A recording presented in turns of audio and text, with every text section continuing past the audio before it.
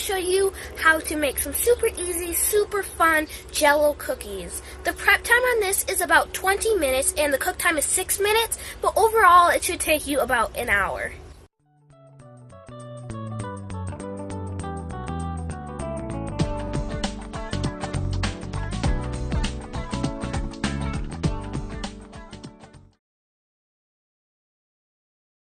Here is all the ingredients that you will need. You will need some vegetable shortening, salt, 1/2 cup sugar, a 3-ounce packet of Jell-O. I'm using the orange flavor. You can use whatever flavor you'd like. Some vanilla, 1/4 cup of butter, some baking powder, 2 eggs, and 2.5 cups of flour. To start, you're going to add your 1/2 cup of sugar. You're also going to add 1/2 cup of vegetable shortening,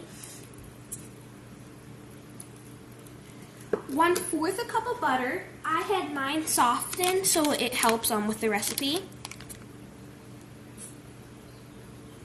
And also your whole Jell-O packet.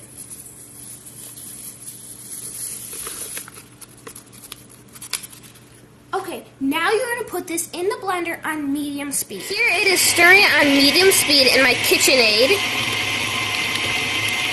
You might have to take a spatula sometimes and scrape it back into where the blade can get. Next, you're going to add 2 eggs and also 1 teaspoon of vanilla. Now, it should look kind of like this. No, that was only 1/2 teaspoon. And add 1 more teaspoon. If it doesn't, it might not be as well mixed, or it might be overmixed, and you do not want to overmix this recipe. Now you're going to put it back up onto medium speed and let it mix the egg and the vanilla in.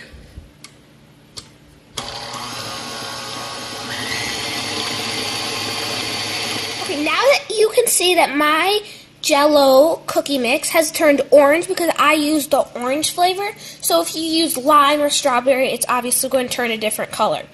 So next we're going to put in a teaspoon of salt.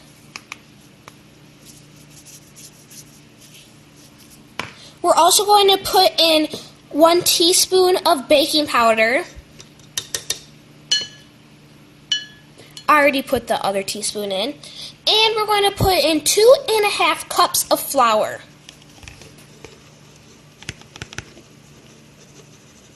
Now, just put a little bit of flour in at a time, and then you're going to mix it on a slow speed.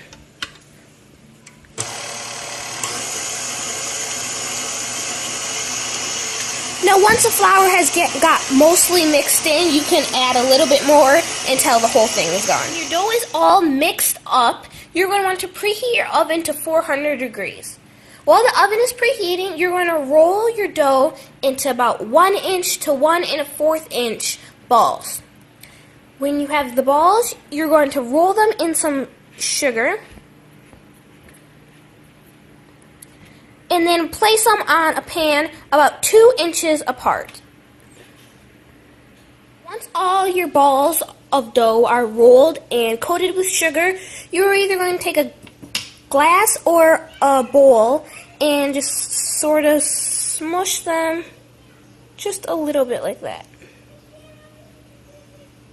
So then they become flat. Now do this to all of them.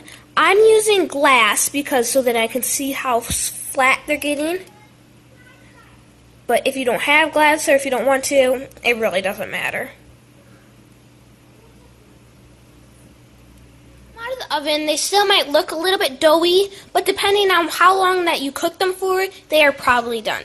Now you're going to take them and put them all on a cooling rack.